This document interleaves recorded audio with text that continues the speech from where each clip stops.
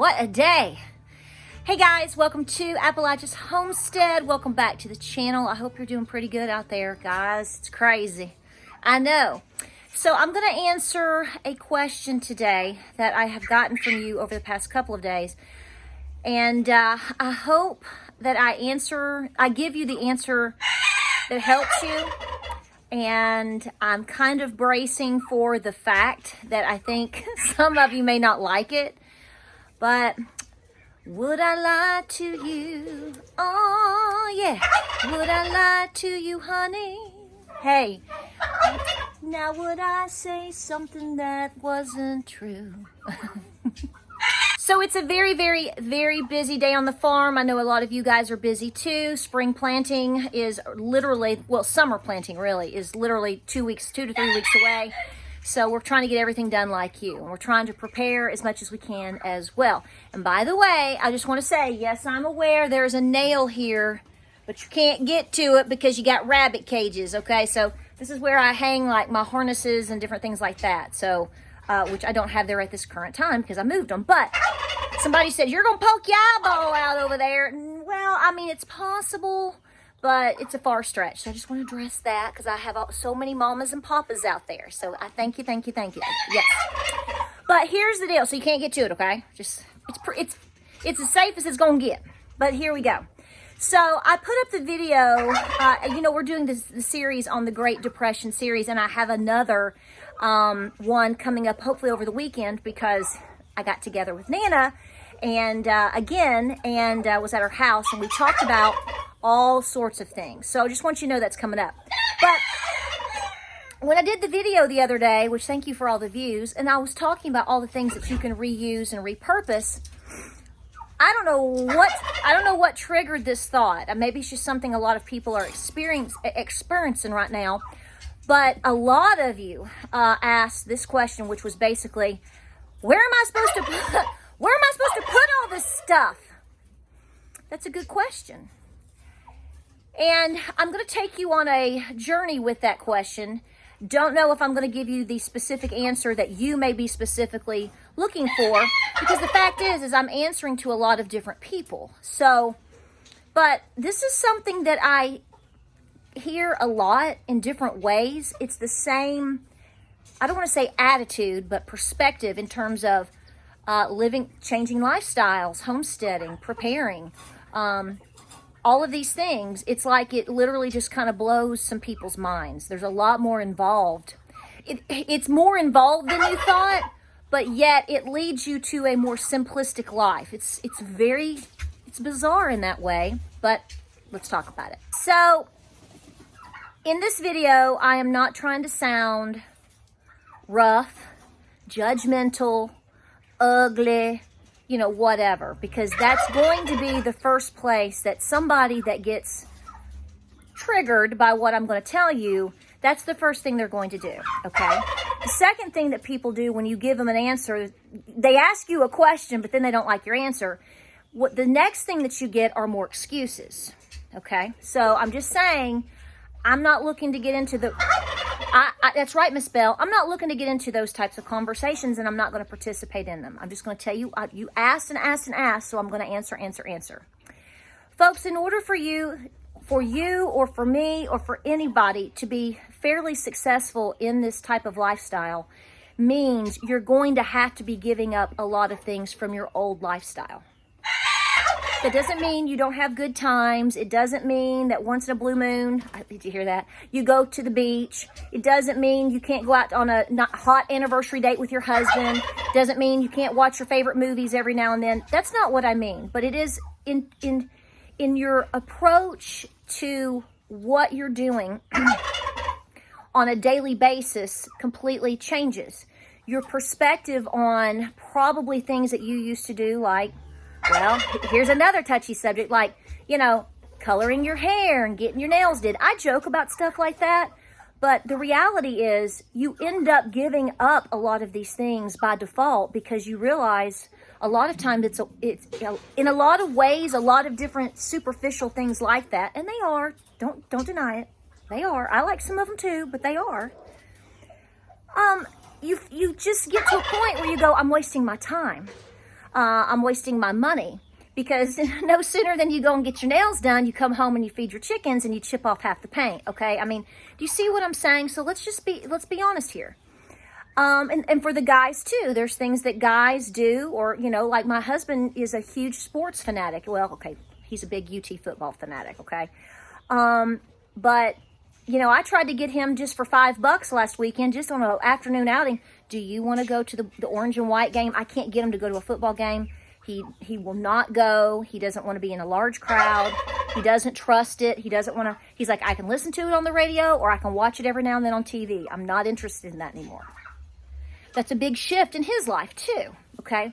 And it's because we've gotten older, and it's because we've gotten seasoned in what we do. And we realize, especially certain times of the year, that every ounce of time that we have has to be doing something around here, okay?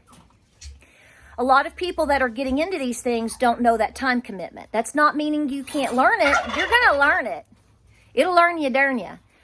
But you have to realize that you are turning into a totally different person. You're turning into your great-great-grandmother in a lot of ways. So with that being said, I want to ask you the question back of, do you think your great-great-great-granny lived a Pinterest, Instagram life? I said that. Now, when I talk like that, what that means to some people, that it just offends them. I don't know why it does, because, again, it's like this. Hey, Toto, we ain't in Kansas anymore. Life is totally different.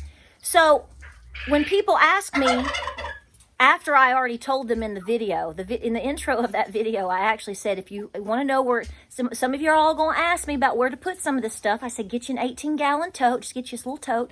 Organize this stuff and put it in there, and then you have all these strange and wild things you keep and repurpose in one spot. Put it in your garage or wherever, and don't worry about it. At least you have it, right? Well, I guess that kind of flew over some folks' heads. That happens. But here's the deal. So this is my answer. So I opened up Instagram yesterday, and this cute little gal, she's just a cutie, okay? I mean, she's got her spray tan going, her eyelashes on, beautiful nails in this beautiful white marbled kitchen, and she brings out this ginormous long plastic frog. I guess you call them a frog. We call them frogs. If you can put flowers in them and they stand the flowers up, then it's a frog, right? Well, I've seen these on these huge islands, and they're beautiful, and they put like tulips in it, different colored tulips and orchids or whatever in it. Beautiful, beautiful, beautiful. And I sat there and I thought, Lord, that's beautiful. I ain't got space for that, because you know why? I'm gutting pumpkins right now. I'm seed saving my Cherokee tans, the rest of them. I've got a corn and a sausage grinder on the other side of my island. Oh, and right here, look. I have remnants of where I made bread. You know what I'm saying? So my point here is, I don't have space for all the shenanigans. And I call that it's not that it's not beautiful. I'm not saying having fresh flowers isn't a beautiful treat for you. I love them too. But I would not have something like that in my kitchen, because it's no benefit, okay? I can get a mason jar, go cut my own tulips, put them in my windowsill, and enjoy them. Do you think your great-great-great-grandmother, your grandmother that made it through the Depression, do you think she was worried about having a Hobby Lobby house? So here's what I'm saying. When you sit there and go, I don't have room for this, is that really the true answer? Now, some of you, that may be the true answer for various reasons. I don't deny that. Like I said, I'm speaking to 400,000 people right now, and I'm speaking to 20 or so specific people that all ask the same question, that all live in different circumstances. So I have to be generic, okay, and just tell you where my mind went. But I can tell you that I know people that work, have good incomes, live in about a 3,000 square foot home. Kids are pretty grown, drive, fairly new vehicles, go out to eat, go on 1 to 2 beachy type vacations per year still. Yes, I know people. I mean, we're not like that, but I know them. Good people. They're good people. So I have heard in conversations over the years, these same people make these same excuses. Whereas I know other people that literally, once COVID hit, now these people were already preparing some and had a homestead. You know, they were set for COVID. You know, they made it through just fine for multiple reasons because they were prepared enough. But once COVID hit, they said, do I really need a dining room and a living room? We don't ever sit in there. We never eat in there. And they sold all the furniture. They repainted the room, cleaned it up. They brought in a bunch of shelves. And guess what? They have their own warehouse in their home where they can shop till they drop when and how they need to. And that is what they focus on. They focus on their preps. These people could sit around all day long just as much and say, where am I going to put this stuff? They ask themselves, what is the reality here? If times get hard, what is more important? And do I have the space? They created the space. So it's all about the priority, guys. Now, again, I know that some of you are going to be like, I live in, you know, I mean, literally, unless you live in, you know, a 500 square foot home and you've been preparing for several years and, you know, you've already got this worked out, the majority of people that ask this question can find a way. To me, just like I tell my kids when they complain about certain things, I literally say to them, what's the priority?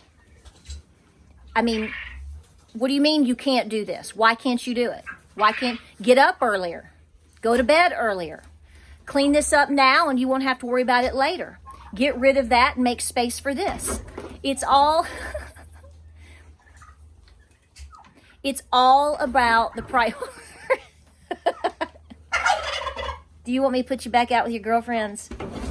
Oh, no! We're going to have so many goat babies. It's not even funny. It's just not even funny. Now, some people will say to me, and I have this issue too, ladies, so I just want to be really honest here and say, I feel you. Because there's times where I feel like if I have to go through my pantry or if I have to reorganize something, it can get a little overwhelming. We just have to muscle through it, y'all. I mean, I have to tell myself this too. I mean, whatever it takes, we have to muscle through those moments. You know, you just got to take one bite at a time and keep going. The thing is my husband said the most genius thing to me when I was complaining one day, like just a typical woman, just like that one over there, because she wants her hay. I was like, I'm so stressed out. I just want to get this put up, and I just want to get this shelf put together, and I need to go burn this in the garden. I needed it, and you know, blah, blah, blah, blah, you know, complain. Okay. And I was complaining about putting stuff up because I had so many things to do. Where am I going to put this? And he said, I know you're stressed out, and I totally get that, and I am too. But let's look at the bright side of this. If SHTF happened tonight, and you wake up tomorrow to a whole new stressor, not like we don't have many to pick from, right? Are you really going to be complaining about the extra Campbell's soup or an extra pack of toilet paper or all those toothbrushes that you got to put away? No. This is a good problem. Having these things is a good problem, Patera. So that's my answer to you. Pray about it, talk about it with your spouse, and really honestly think about how your life is changing. We aren't living in Kansas anymore.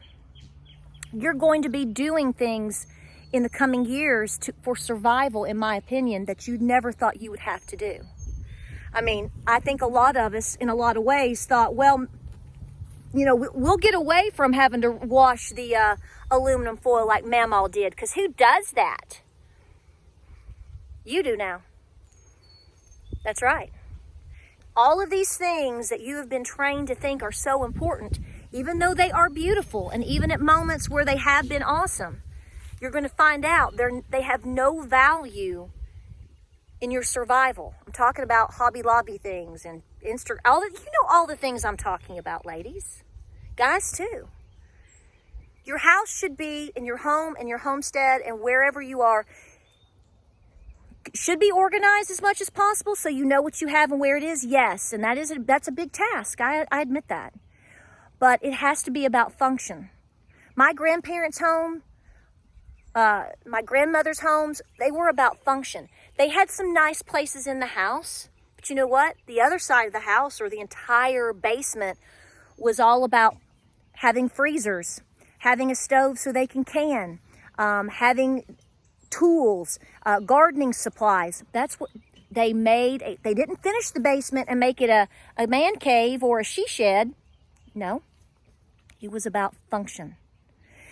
Like I said, I know individuals that have walked around their home over the last 1 to 2 years and they said, okay, we never use this room. It's just a bunch of junk in here. I mean, it's pretty junk, but is this going to help me survive? They sold it. They took the money. They converted the place, the space, and now they're prepared even more so than they were before. I hope this video finds you well, guys. I hope you have a good weekend coming up. And I'm going to drop this video off for you. Like I said, if you don't like the answer, well, I'm sorry. That's what you're going to get from me, because this is the answer that I have for my own self. So, guys, just keep plugging away and don't quit. Like, subscribe, and share. And we'll see you on the next video.